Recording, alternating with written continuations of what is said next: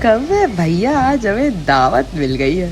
देखो ये बेचारा अपने बच्चों के लिए खाना लेने निकला था, अब खुद किसी का खाना बनेगा। अरे अगर खाने की बात है तो मैं एक बात बताऊं, इसके घर में 5-5 बच्चे हैं और सब इतने मुलायम, इतने छोटे कि जैसे बादल के टुकड़े हो। जग्गा, तू तो जानता था कि मेरे बच्चे छोटे हैं, फिर भी तूने उनका जिक्र क्यों किया?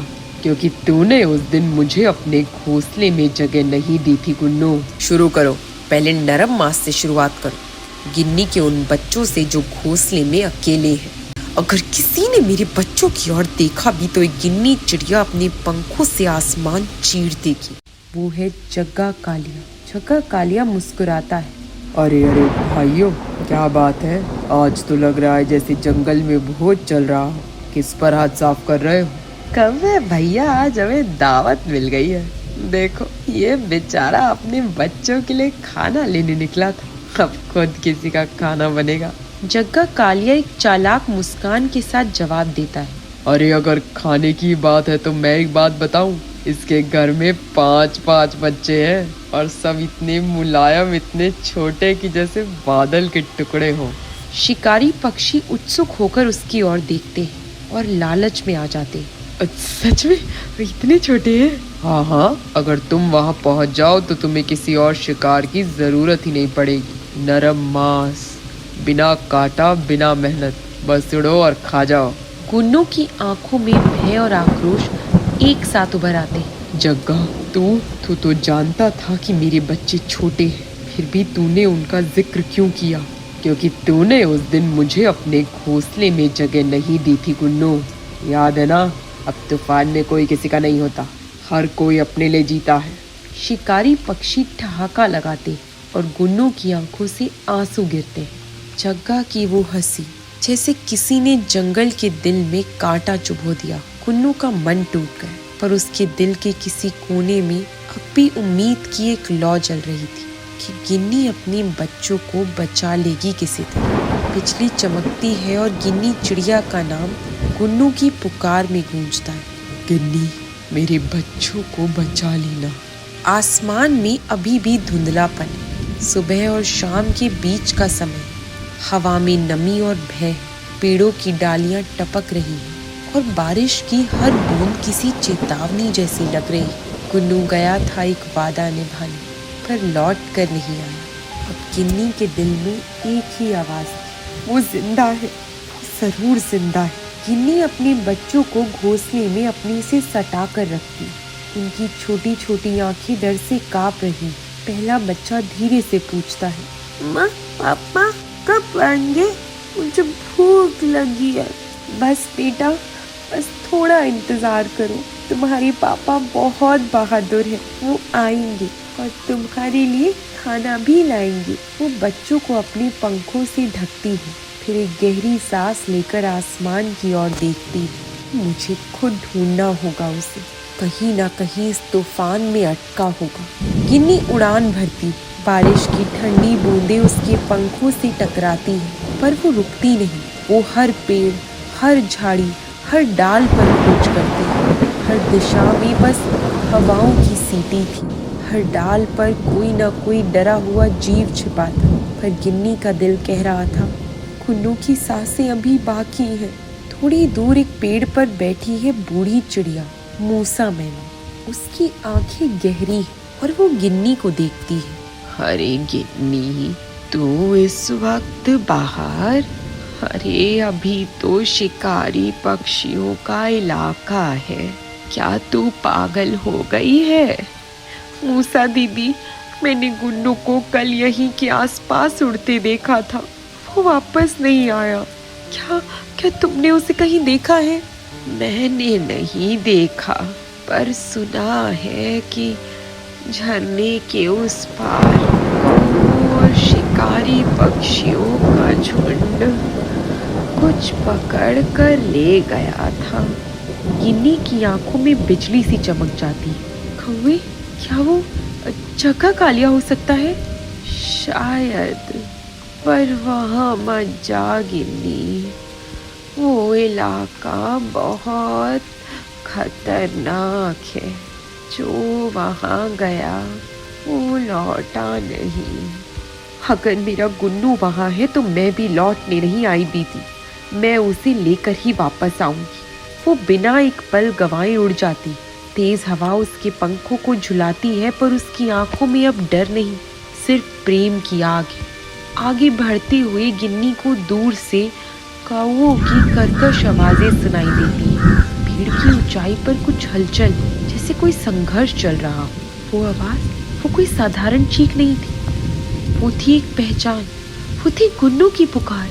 गिन्नी के पंख कांप उठते हैं। वो सीधा उस दिशा में उड़ जाती है। बारिश अब और तेज हो चुकी है। बिजली चमकती है।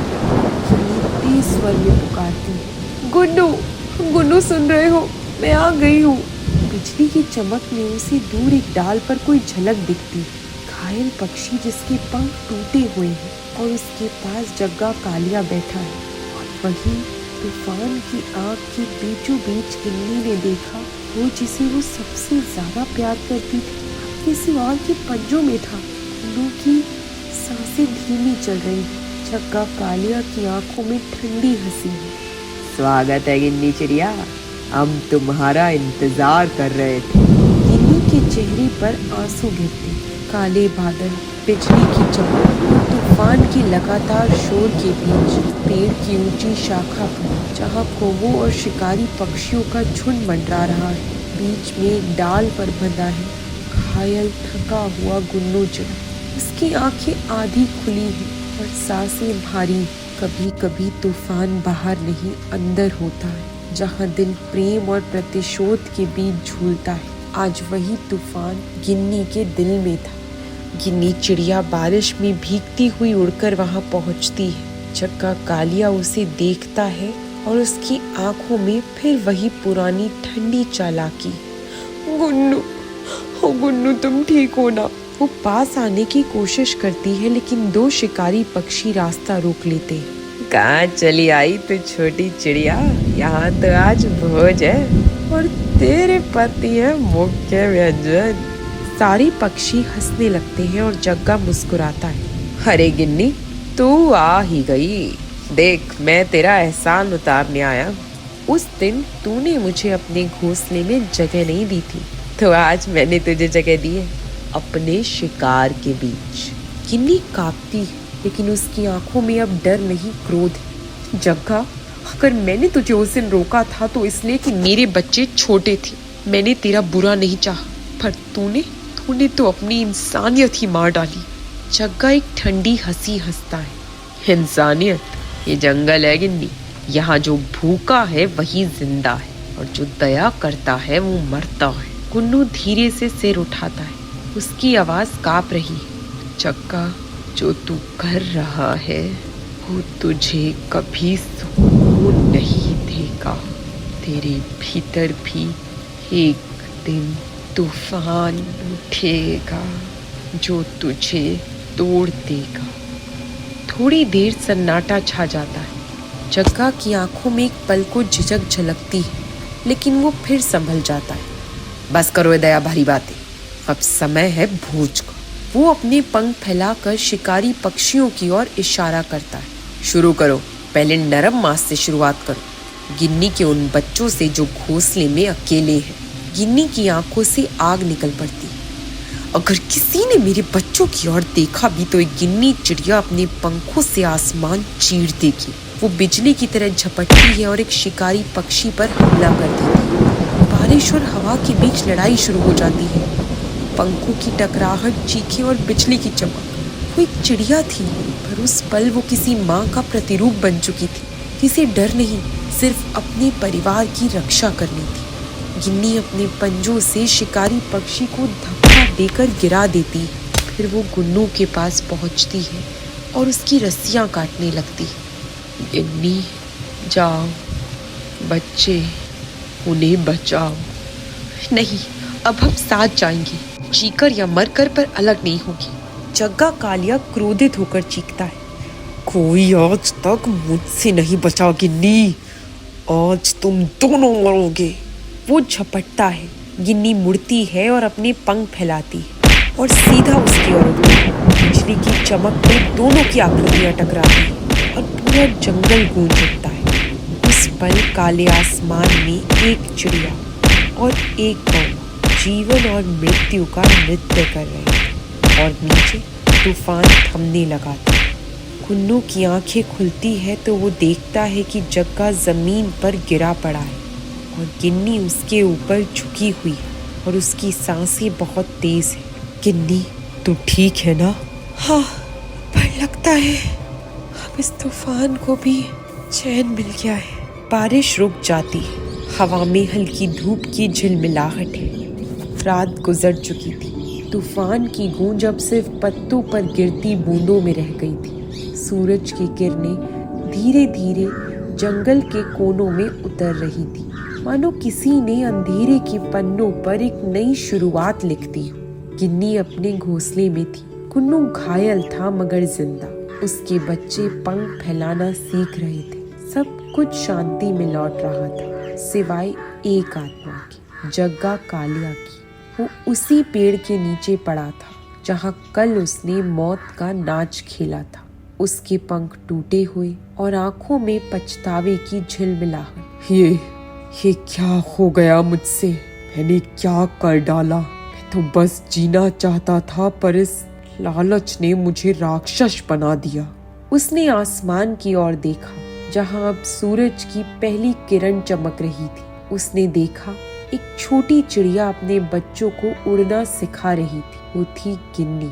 गिन्नी, तूने मुझे बचाया नहीं, पर मुझे आईना दिखा दिया। आज समझ आया, दया कमजोरी नहीं शक्ति है। गिन्नी अपने घोंसले से नीचे उतरती है। जग्गा, तू जिंदा है? हाँ गिन्नी, जिंदा तो हूँ, पर शायद इस जिंदगी का हक नहीं बचा मुझ में। गलती सबसे होती है जग्गा।